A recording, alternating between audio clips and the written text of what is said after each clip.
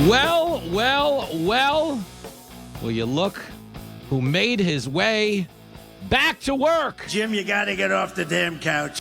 Big Monday episode of Fox Across America with Jimmy Thaler. Zoran Mamdani, the man who wants to defund the police, appears to have defunded his personal trainer, posting a bench press video on Saturday that didn't go the best. That was embarrassing. President Trump focusing on law enforcement at the White House this morning, signing an executive order that will end cashless bail. We're going to talk about it on a very busy Monday that includes former NYPD inspector turned Fox News contributor Paul Morrow, Dave Landau coming by to talk about Cracker Barrel and the woke rebrand that has left their stock price now down over $100 million. Not good. 888-788-9910. You want to help me get this ship off the ground on a big Monday episode of the show. One rule today, same one we use every day. It's the same rule. Whether I'm here, you got a guest host, you don't know how it's going to go, but either way you slice it, everybody's welcome. Doesn't matter who you vote for. Fox Across America, an audio safe space for cool people. If you can behave and exchange in a good faith exchange of ideas anyway, you've got a home here. Just be a Republican, be a Democrat. Just don't be a... There you go. Happy Monday. We're a little late getting down to the studio. We got stuck in an elevator on 15. He is so full of shit, this guy. Nah, it was a mess. It's a mess today. But I'm in good spirits. We had a great weekend. If you watched Fox News Saturday night, thank you. Shout out to Katie Pavlich, Katrina Campins, Tom Shalhoub, Rich Zioli. We had a wild time. It was a great time. And I spent some quality afternoon time yesterday with my wife and my kid. I beat up Lincoln in wiffle ball. Shut your mouth. I did not. I had a rough outing yesterday against Lincoln in home run derby. But we're back here today to knock it out of the park. And as we get underway, I'm a dad, got a wife, got a kid, a lot of family in law enforcement. I'm always given to issues of safety above all else. Like when you start the week, what am I always going to prioritize? One of the reasons under the Biden administration that we kept talking about the border was because Biden sucks. When it came to the border, 21 million people got in. We had 300,000 fentanyl poisoning deaths.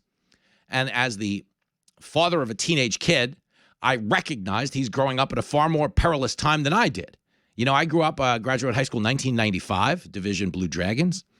We just actually had our 30-year high school reunion at the federal penitentiary. It's nice to see everybody again in the conjugal room. I kid.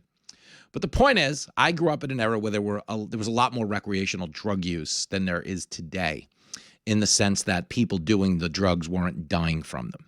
Nowadays, sadly, the people dying are not habitual drug users. They're recreational drug users who might have been taking an Adderall to write a term paper or a Percocet or something like that laced with fentanyl, and it killed them. And because I have a young kid who falls into that potentially endangered demographic, I've always overemphasized the importance of border security, so much so that I'm probably living just ever so slightly more peacefully in the aftermath of them shutting it down as aggressively as they have. But the next primal thing that gets and it drives me crazy every day, the next primal real thing is crime. Okay, and we've got two dueling factions right now battling for your support. One is a federal crackdown on crime in Washington, D.C. on the Donald Trump side of things that has D.C. to its 12th day without a single solitary murder. 12 days in Washington, D.C. without any murders. That's a big deal because it's never been done before in the history of Washington, D.C. They've been averaging a little over a murder a day. So you could argue that in the last 12 days, they might have saved 6 or 7 lives based on this federal crime crackdown. But on the other side, fighting for your support, are the Democrats who say this is authoritative strongman stuff and Trump has no business cleaning up the nation's capital and bringing in the feds, and understand the nation's capital is under federal control, so he would have the autonomy to do it. But bigger than all of that is it's our nation's capital. Okay, people coming into our country should see something. We're the richest country in the world. We're the most powerful country in the world. They should not pull into Washington, D.C. and see extras from Michael Jackson's Thriller video wandering around like they just crawled out of a manhole, dying of fentanyl in the streets. But sadly, Democrats prefer that over what Trump's doing. It's people with a dirty mind that think like that. Tell them, Michael. And the reason Trump is signing the executive order that he is, ending cashless bail, something we're going to talk about with Paul Morrow, is another sign to America that we have more empathy for the law-abiding citizen than we do the criminal.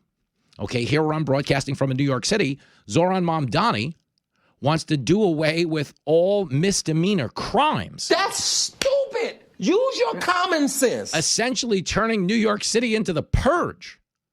Okay, if nobody's going to jail for anything, and you understand the reason broken windows policing mattered in New York City, and if you're not familiar with the term, what broken windows policing meant is if people commit small crimes, they write graffiti, they break a window, they jump a subway turnstile, you arrest them and prosecute them. So they get used to the idea of retribution, of societal accountability. Because if you let them commit small crimes and they don't go to jail, guess what happens? They start to commit even bigger crimes. That can't be good. And that's the larger problem. Broken windows policing was supposed to show people deterrent before they got out of control on larger issues. But what the Democrats have tried to make everyone believe is that we should actually feel bad for the people committing low-level crimes because maybe society did them wrong, they didn't have the best upbringing. But the reality is, if you have a good upbringing, you are raised to know the difference between good and bad. You are raised to favor the principle of right over wrong. Maybe society dealt you a bad hand. Maybe your parents were dirtbags. A lot of people's are. But we shouldn't just give you a free pass to go harm everybody else who's on the right side of the law. So lo and behold, you do need to show more support and accountability for the good guys over the bad guys. And what Trump was talking about today at the White House was the fact that a lot of mayors, including Brandon Johnson in Chicago, want you to believe that Trump is a bad guy for doing this. There's some type of racial animus. That's why they're going into these cities, because they all have a bunch of black mayors. That's what they keep telling you every time. Race is not where the line is drawn. It's God's side and the other side. And understand, when Trump says there's been no murders in D.C. for over 10 days or 11 days, whatever it is, the majority, the largest demographic of people in Washington, D.C. are black people. They're 110 times more likely to get murdered than white people are in Washington, D.C. So if they've saved 6 or 7 lives in the past 11 days, the odds are 90% of them are black. And you've got the Democrats out here being like, oh, he can't do this. This is wrong. Isn't it kind of crazy to think politics have gotten so transactionally stupid that we now have to say to the Democrats, Black Lives Matter? Like, we're 5 years removed from what looked like a full-blown societal collapse where they were literally torching police stations. They burnt down 100 black-owned businesses in the near north of Minneapolis after George Floyd was killed. If you remember, Kamala Harris tweeted a link to the bail fund that would free the violent protesters. Kamala is so stupid. But the same Democrats who told us we needed to burn down businesses, even the black ones, in the name of some type of social justice and progress, are now telling us we have no right to be out there in the streets of America protecting those vulnerable black people. It's bananas. But it really speaks to just how transactional it's become. No one's even listening to themselves anymore. It's just an exercise in convincing your base that the other guy is some sort of Hitler. But here is Trump talking to the reality of this crime crackdown, which, again, is always the sort of thing that's going to resonate with me because I don't have a kid in D.C. right now, but I know, hundreds of thousands of parents do. And there's no way you feel good letting your kid out the door in D.C. knowing they had 468 carjackings last year. I mean, the good news is if your kid commits one of them, he's probably not going to go to jail because of their stupid laws. But the bad news is that violence overwhelmingly is something kids are a part of, whether they're the ones doing it or they're the ones victimized by it. So here is Trump talking about it, clip 1. I watched as a very incompetent mayor from Chicago said, well, what do they know? They only arrested 9 people. I said, 9 people? We didn't arrest 9 people. We actually arrested a total of well over 1,000 people. We took hundreds of guns away from young kids that were throwing them around like it was candy. We apprehended scores of illegal aliens. We seized dozens of illegal firearms. There have been 0 murders. It sounds sort of terrible to say. It's embarrassing. I did this over the weekend. I'm making a speech, and I acted like I was so proud as I said, we've had 0 murders in the last week. And some of these people were from foreign countries. They said, that doesn't sound so good. And I said, well, it doesn't sound good, but Washington was the most dangerous place in this country. And now, you know what? It's probably the safest place in our country. Everyone's starting to come here. Amen. And it is unheard of that they would achieve the murder number that they did. It's never happened in our history before. Now, that's, again, sad that we've never seen that happen before, because every one of those pockets where there were murders meant someone lost a life. Terrible stuff. But what's happening now is a lot of Democrats see Trump as their ticket to national relevance. So even though he's doing something that in principle every politician on earth should support, we're talking about life and death. But the reason there are still people out there like the Brandon, Johnsons of the world, or I'm sure you've seen J.B. Pritzker's face on TV. There's a slob. There's a real slob. I actually think Trump called him a slob during his presser today. I'll play it for you in a little bit. But the point is, the reason these guys are just issuing blanket opposition to anything Trump does is people with 2028 ambitions realize you need national relevance if you're going to be the Democrat nominee for president. And the easiest way to get national relevance is to get in a public fight with the guy who can give it to you, being Donald Trump, the most omnipotent media figure ever to live. He's the most famous human being that's ever lived. There are people on uninhabited islands walking around with loincloths on who know Donald Trump's name. He's the most famous human being who's ever lived. Okay, and the understanding on the Democratic side of the aisle is if Trump's mad at you, you must be doing a good thing. Wrong. I promise, in the eyes of society, one of the reasons like Latino voters, legal migrant Latino voters, swung to the Republican Party by 44 points is they're on Trump's side of the deportation issue. They don't want people here illegally because they fled a country and came here and went through the rigors of obtaining legal citizenship because it meant something to them. And above all else, it meant they were no longer living in the kind of country they fled. So the Democrats go out there, you saw the embarrassing Chris Van Hollen visiting Abrigo Garcia in El Salvador. Now Abrigo Garcia surrendering this morning to authorities. Sounds like he's getting deported to Uganda. Chris Van Hollen reaches out to him again via Zoom because he's trying to make a national name for himself. But I promise you, as desperate as you are for that relevance, you're getting it in the worst way possible because the average person goes, oh, wow, this guy was a cartel member whose wife had an order of protection against him. ICE accused him of being a human trafficker when they pulled him over outside of Houston 3 years ago. Why the hell are we going to bat for this guy? And they make some argument about citizenship or due process or what have you, but Barack Obama deported more people than any president in history. There were no protests about due process, family separation, or any of that garbage. Okay, what Trump is focused on is the ultimate type of family separation, which is somebody gets killed by a criminal who's not supposed to be in the country. And he's on the right side of that issue. And every time you see the Democrats go to bat on this, I'm going to play some clips over the course of the next hour. And they're trying to convince you, oh, this is a bad thing. This is what Hitler would do. But I got to be honest with you. Hitler was not invested in lowering the murder rate. He was invested in being the murderer. It's the most, horrible human being ever to live. But when they're reduced to that type of comparison, what they're actually saying is I have nothing to contribute of value to the conversation anymore. Yet with a straight face, they want to be put in charge. And that's the point.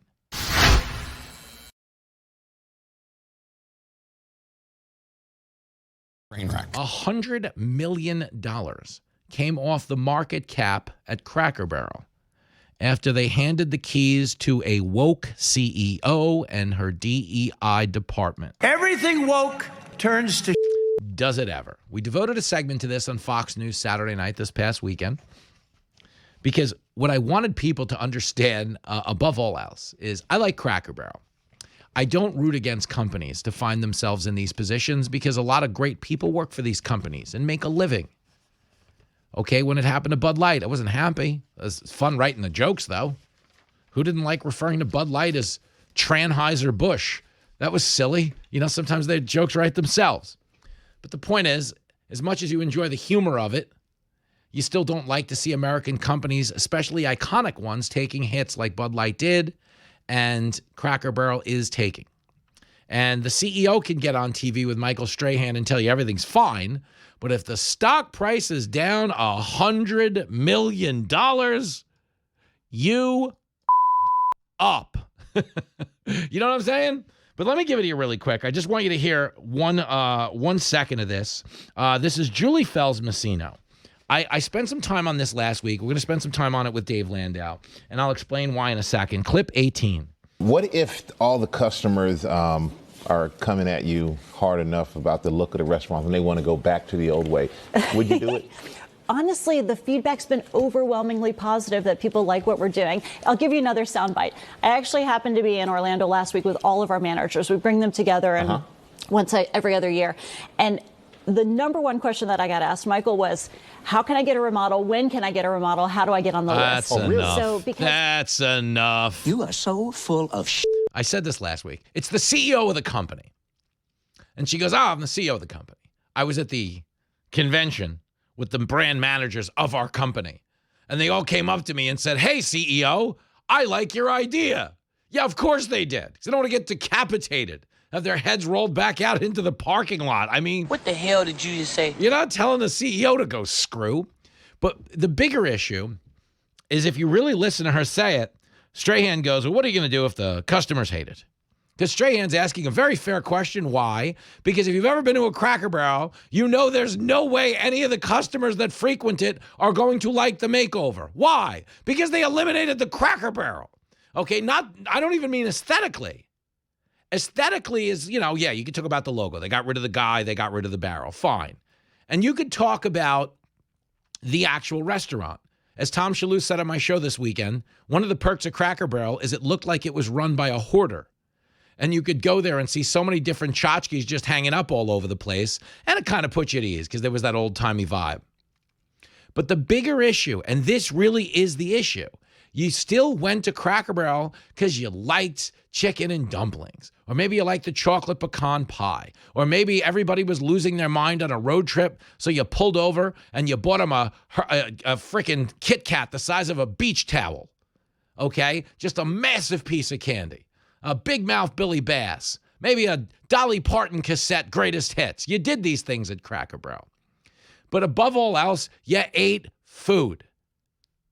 And they just committed to a gazillion dollar makeover that had nothing to do with the food. That's stupid. Use your common sense. Do you understand? You sell food for a living.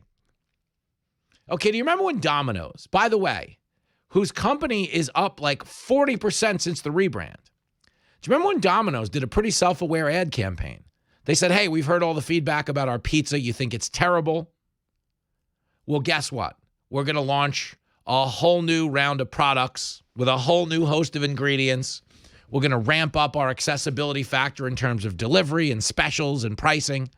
But we're going to bring you the best delivery pizza money can buy. Now, whether that is true or not, I don't know. But they launched a rebrand committed to food. Why? Because they sell food. Cracker Barrel launched a rebrand committed to the look of the restaurant, which is all good and fine, except the look of your restaurant had a devoted fan base. And it had a very specific offering on the side of the highway. Okay, let's say you were, say you were running Graceland, okay, where Elvis supposedly died. Okay, is Elvis actually dead in this? You idiots. That's why they don't let you upstairs. Okay, if you go to Graceland, you got to be out by 5 o'clock. Did you know that? And you can't go upstairs on the tour. So what does that tell you? He's alive. He's probably trading stocks all day. When the market closes, guy comes down the stairs, has a peanut butter and banana sandwich. Have you ever had a checkup? Yeah, I have had a checkup, and you don't want to know. You don't want to know how it went. But stick with me. Okay, the point is you wouldn't go to Graceland and eliminate any reference to Elvis because Elvis was the reason people went to Graceland. They didn't go, gee, I like these old-style colonial homes. I think I'll stop by Elvis Presley Boulevard in Memphis and dodge the gunfire to go see Graceland. But no trace of Elvis when you get there. The point is, Cracker Barrel was known for a very specific vibe that made it very popular. They had a devoted fan base. They got rid of all of it. And when you hear the CEO engage in the confidence scheme she did with Michael Strahan, he goes, well, what would you do if the customers don't like it? Oh, haha, that's so funny. Because the feedback's been so overwhelmingly positive that they like what we're doing. Oh, God, they just love it. Oh, shut up, woman. No, they don't, because the price fell by $100 million. $100 million, dude. That is, again, I'm not a CEO. Okay, nobody wants financial advice from a guy who spends the money I do on the sport coats that I wear. I dress like a figure skater who let himself go. But the bottom line is, I know losing $100 million, really bad for business. But she gets on the air and sells this to Strahan. Do you know when a girl gets dumped and she's like, I hate Reggie. I am like totally over Reggie. I like never liked Reggie. Reggie's like a loser. And then she goes home and sticks her head in the bathtub and screams. That's the head of Cracker Barrel. He's like, what are you going to do if people don't like the makeover? Honestly, the feedback has been so overwhelmingly, stupendously positive. It's like the most amazing feedback ever. And then she runs home and sticks her head in the... Ah! And that's who this woman is.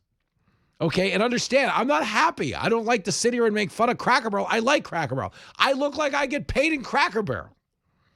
Okay, but the whole point is they put people in charge who didn't understand, number one, the customer base, and number two, didn't like what Cracker Barrel represented, which is why you change it. Okay, again, if you like Elvis, you wouldn't take any trace of Elvis out of Graceland. But in this instance, the Elvis of Cracker Barrel it was called Cracker Barrel, Old Country Store. Does it say Old Country Store now when you go to Cracker Barrel? Does it have the guy or the barrel on the logo? But when you go inside bigger than all that, you don't have the vibe. It literally looks like any restaurant that ever gets open in the modern era with the white farmhouse chic. Okay, I will tell you this. I went to a barbecue joint in Colorado Springs when I was out there with Jenny and Lincoln. I know. All I ever do is talk about food on the show. You're killing yourself the way you eat. You fat f***. Look at you. But we went to a barbecue joint out in Colorado Springs, okay? It was called Bourbon Brothers Smokehouse and Tavern. This is not an endorsement. I don't know them. They didn't know me. I wasn't like greeted like, oh, it's a Fox News guy. I was just there with Jenny and Lincoln eating some Bourbon Brothers Smokehouse. It was like world-class, change-your-life level barbecue. At the end of a 12-day trip where I had eaten nothing but barbecue, I still held this in very high regard.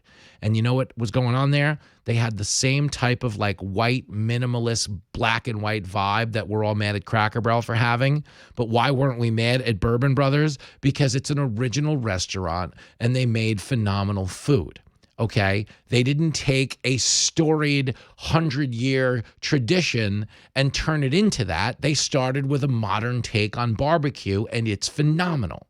The reason Cracker Barrel is being looked at as the bad guy for having the same decor is because that's their woke CEO's way of saying they want to make Cracker Barrel a lot less unique because they don't like the unique aspect of Cracker Barrel.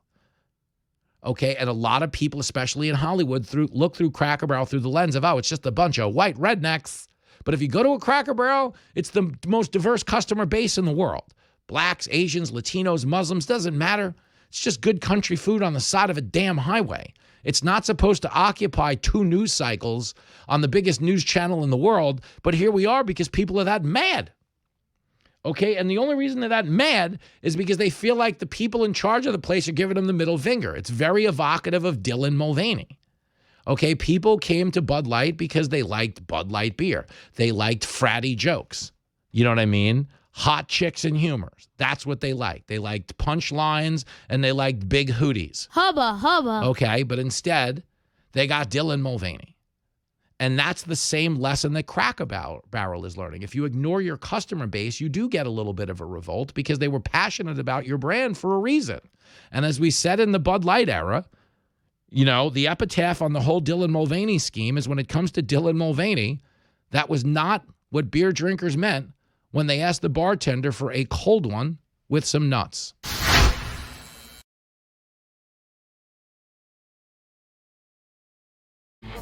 Back in action on Fox Across America with Jimmy Fallon fired up to talk to this next guest. Retired NYPD inspector, Fox News contributor, founder of OpsDesk.org. Paul Morrow in the house. The crowd goes wild. Good to see you. Good to see you, kind of. Yeah, hey, we knew it was coming. I said it, Frank. I said it in the last segment.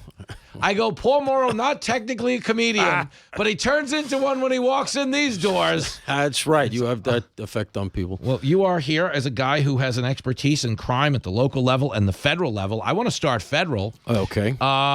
Whose idea was it to rebrand Cracker Barrel like this? That's a national story. That is a felony, man. A federal felony. Well, you know, when it first happened, I got to be honest, I thought, this is what we're doing now? Yeah. We're putting on this because they took some old guy off of the label. And then as you drill down on the story, I mean, I don't know if you know Robbie Starbuck, who was on X. So I know him a little bit. I've exchanged, and he did fantastic work on this. He did a real deep dive, and he pulled it out. And it turns out the whole thing is DEI driven. Yeah. So the thing to me that is the most salient and interesting aspect of this is, do you know the name of the character that they stripped off? Oh, I did know it was Uncle Herschel. Just 'cause I know. How about that? I didn't know there was a Herschel outside of New York's Lower East Side.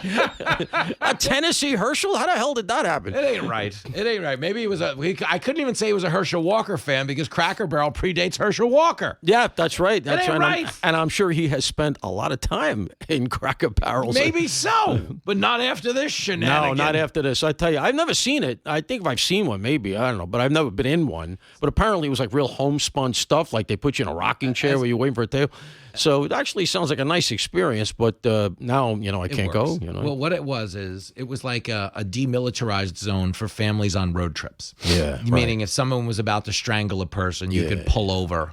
Have you ever seen those oversized like Hershey bars that are the size of a doormat? You know what I mean? No. Well, but listen, your eating habits are your own. I'm not even saying I'm having them. I'm just saying they're there. Okay. There's a lot of circus fat going on at Cracker Barrel. And it's a good place. It's got a lot of good Americana. People feel a little jilted by it. And what I wanted to discuss about this specifically is that the problem for them is actually just the timing. Because if you committed this same type of branding felony a week from now, when schools were open nationally and football's happening and baseball's happening and people have something to do. Right. If they could have just known America well enough to get past Labor Day, now there'd be one pumpkin spice protest and we'd be on with our lives. That's a good point. Timing is everything, is it not, Paul? Yes, it is. And you're 100% right. And that speaks to another failure of the board here. Aside from not anticipating the reaction, you got to know when to do it, right? Amen. Of course. And so do it on a Friday. And do it, you know, the week that football opens. Amen. Of course. You know, you could get away with anything you want on that Friday. You could do anything. I mean, how do you think the feds got away with whacking JFK? That's right. It was November 22nd. They were coming up on the Thanksgiving Day in Dallas. That's right. Nobody has time to deal with an assassination in Dealey Plaza. That's right. When did Epstein go? When did they kill Epstein? It must have been right around there. It was right. It was the last week of preseason football. They know what they're doing here, Paul Morrow. Give me a minute on that. Ghislaine Maxwell speaks on Friday. You know, I don't know what to make of anything she says because clearly she has a motivation. Sure. I do think if the motivation was to help the feds make the story go away, it was successful because she gave you nothing on Clinton or Trump. That's right. Kind of a push. Yeah. But she did say she doesn't think he killed himself. So she also threw a bone to right-wing Twitter. Yeah, and to be fair to her, she has been consistent with that. She's kind of said it in where and how she's been able to make statements. She has said that kind of all along. Mm-hmm. Now, look, there is a dynamic going on there, I think, irrespective of all the motivations that she has to get out of jail and all of that. She worshipped the guy. Yeah. Now, I don't know what happened to her money. She came from a big dynasty. You know, the father had all kinds of money. He was a famous financier. He jumped or fell or was pushed off a boat. And apparently she must have fallen on hard times because according to her story, she was living in like a studio apartment when she hooked into Epstein. Wow. And he floated her boat for the next decades. And obviously he had all kinds of money. And so she can live high in a hog. And so you see these photos of them together, and she's looking at him worshipfully. Yeah. And he looks kind of like, yeah, you know, I got this woman on my arm, so to speak. I mean, it's unmissable in the. So I think that, look, it's a standard of suicides that when they happen, everybody says, oh, no, I can't believe he would never do that. I get it. And because she worshipped them, so I don't think she thinks him capable. So is it almost like a pimp danyamic? Where, I actually, I wouldn't have quite put it that way in, you know, post Me Too era, but you know what? HR is not as bad as they say. You'll be all right. Paul Morrow. If I'm going to HR for slandering Epstein, this place has bigger problems. All right. I'll give you that one. How dare you talk about Jeffrey like that? I'll take the L. All right. Fair. Let's have this conversation really quick because I was trying to articulate this in terms of Mamdani wanting to, I guess, either not enforce or decriminalize misdemeanors. Yeah, insane. Yeah, that is just the purge at that point, is God it help not? us. Yeah. You know, look, his ability to do this is actually more limited than people realize. Well, that's good. The those laws are on the books. Yeah. So he'd have to repeal them. Now, that said, at least 4 of the 5 district attorneys who work in New York who prosecute crimes are pretty much fellow travelers. Yeah. Katz in Queens is a little bit more moderate. We can run down a roll call. Who cares? But the bottom line is, if he says, let's stop prosecuting misdemeanors, certainly Alvin Bragg will probably jump on board. So will the DA in the Bronx, and so will the DA in Brooklyn, and you'll see the impact. Here's the real rub there. The cops will continue to make those arrests. Yeah. The problem is that they won't be prosecuted, and here's why that matters. Felonies routinely get knocked down to misdemeanors. Yeah. So not prosecuting misdemeanors is going to take a lot of felonies with it. That's bananas. So you're going to have things like assault with a weapon, some serious assaults, et cetera. You get in there, you plead these things down. And, you know, right now, Rikers has 6,600 people approximately in it. They want to take that down by about 50%. So if you think we don't lock anybody up now, oh, wow, wait till the Zoronistas get a hold of this town. It is not good. We're talking to Paul Morrow, founder of opsdesk.org. The Zoronistas are funny. Well, listen, he shouldn't want to defund the police with that bench press. He should want as much protection around as possible. Yeah, that was reassuring. You know, it's funny. You know, we keep talking about like a Dukakis moment or something, but seriously, they do have bad instincts because he clearly had never lifted a weight, which is fine. Yeah. But if you know you've never lifted a weight, period, shouldn't someone have known not to let him do that on camera? Yeah. You know, you're absolutely, you got to know your limitations, man. And, you know, I wouldn't enter any, you know, Ironman triathlons at this point in my life, and he should know better. But that is who he is. I think he feels like he has been so coddled and so brought along, and he is just so caressed. Yep. He does live. There is a very, very strong progressive bubble in this town because we're inveighing against him. So many others, even on the left, even the New York Times has hit him. Doesn't matter. It doesn't penetrate the ecosystem, which is now a social. Even the Times, I don't think quite realizes that there's another world that this stuff is coming from. And I got to tell you, I've talked about this on the air, and, you know, I don't want to be alarmist, but I want more sunlight on his connections to China. Yeah. I really do. This was a TikTok campaign. Yep. I can guarantee you, well, I can't, but I would feel Your gut tells strongly you, that you should look at how the algorithm was configured to push pro-Mamdani stuff on TikTok. Yep. You got Roy Singham, an American citizen who lives in Shanghai, who is a devout Maoist who hates this country, donating all kinds of money to Mamdani's, the PACs that go to Mamdani. And Roy Singham's niece is the head of Jews for Mamdani. She's not even Jewish. That's bananas. She's the head of Jews for Mamdani here in New York. She is Roy Singham's niece. I am not making this stuff up. There is all kinds of Chinese overtones here that really concern me. Now, I want to be clear. I'm not saying the guy's a Chinese asset. Yeah. But I think that the Chinese view him that way, at least as a useful idiot. And this is the kind of stuff we should be aware of, but it just doesn't penetrate. It's bananas to me because the people that are behind him, and this is like my biggest frustration, are the people who think they know better for everybody else. They're the same people that would oppose a federal crackdown in D.C. Right.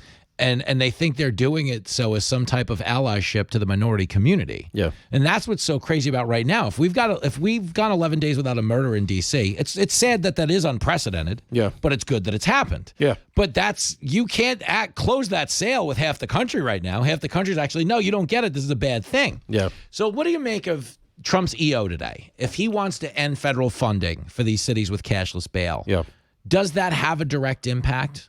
Oh, God, yeah. They rely. You get a lot of the federal money goes into a lot of policing. Okay. Is it the majority? No. But certainly in the big departments, too, because the big departments have all these task forces and stuff. You know what I mean? And he's not talking about New York. New York has been better. Let's just be frank. It is. I mean, it's because finally Eric Adams let a police commissioner do her job, and she let Jessica Tisch take off the gloves, and they're doing pretty well. Quality of life stuff still sucks. That's institutionalized. There's no way we can do that about that until we get another Giuliani or something, because the laws are against us. But in these other towns, specifically Chicago, a big town takes a lot of it. Listen, Brandon Johnson himself said recently that Chicago is hitting the point of no return. I don't know what he means by that. But when we're just doing it on the Sandra Smith, with Sandra Smith on her show, you have Citadel, Tyson Foods, Boeing. Right now, United Airlines talk about leaving. Yeah. I think it's United. That's big because airlines. the United, United right? Center's where the Bulls play. Yeah. So all of these big firms, Citadel bounced, they're taking their tax base with them, and they're going down. Where do they go? They go to Texas, they go to South Carolina, they go to Florida. Everybody knows that. So when he's talking about, you know what, we are hitting the point of no return, it's because the spigot is being closed off because you're not doing your job. And you can shine us on all you want with this number's going down, that number's going down. People vote with their feet. And so he needs federal money, man. That guy should be kissing Trump's ring. Yes. To say, get in here and put as many troops as you can around so we can get some more revenue in this place. But he just, he can't help himself. Well, I think part of the problem there, and the reason he isn't operating in that fundamental way of, yes, he should be trying to work with Trump, is a lot of them are just trying to become national names by engaging in a conflict with him. Completely. And it's Newsom. and it's and it's a self-serving motivation. And that, completely with Newsom. Like every one of these guys we're talking about, even Wes Moore has a little bit of this going on. Yeah, he does, yeah. I mean, think about this. If Baltimore sued Hyundai because the cars were too stealable. Unbelievable. That is the government equivalent of look at what she's wearing. Yeah. Hyundai wanted to be stolen, Your Honor. Right. Yeah, she was asking for it. Yeah, that's bananas. Yeah. But they're trying to fail upward. And that's the sad part of something like Chicago, which is another city that I love, is that he has more of an interest in propelling himself nationally than he does helping locally. But that's all of these people. Yeah, he'll destroy Chicago to get on the national ticket. And if that guy thinks that he has the remotest chance of being a Democrat, put it this way, as a guy who clearly leans right, God, I hope it's Brandon Johnson. Yeah, I would donate to that. But he's at 6% right now. Well, listen, if I lived outside of New York, I'd be donating to Mamdani. All day. Because you want New York will crater under this guy. I know, and then it's what'll bad. happen is by the time we get to the midterms, but certainly by the time 2028, every Republican candidate, whether it's Rubio, whether it's Vance, whoever it is, DeSantis is just going to point to New York and say, this is what happens when you give these people free reign, and this is who, these days, this is where the energy and the money is in the Democratic Party. It is not good, man. It is. I never give out stock tips on this show, but if Mamdani wins, me and Paul Morrow are buying U-Haul stock. That's Ryder. All of it. That's right. Three hunks in a van, whatever those companies are. That's right. We're throwing some money at you. Frank in the control room, Staten Island Italian moving service, where they get the stuff on the truck and then they charge you a different price that you agreed to. Oh, yeah. Your car it got diverted to New Orleans. I had one of those moves. We once moved from Jersey City to Manhattan. 101st and Broadway, because I'm a baller. And when we got to the Upper West Side, they were like, "Yeah, nothing's coming off the truck." It turned out to be a little more expensive than we thought. I was like, "Wait, what?" Half of it's just a straight hostage situation. Yeah. That's it's all extortion. People, you can make that case. There's a poor woman one time called us up, and her stuff was literally diverted to someplace down south. It was supposed to be in L.A. They wanted $30,000. Stop it. Yeah, and one phone call from hi, this is NYPD, blah, blah, blah. And all of a sudden, the stuff was miraculously there. Wow. So, I didn't know that. Yeah. No one ever, that's a good, We wouldn't have done it for you. But I liked her,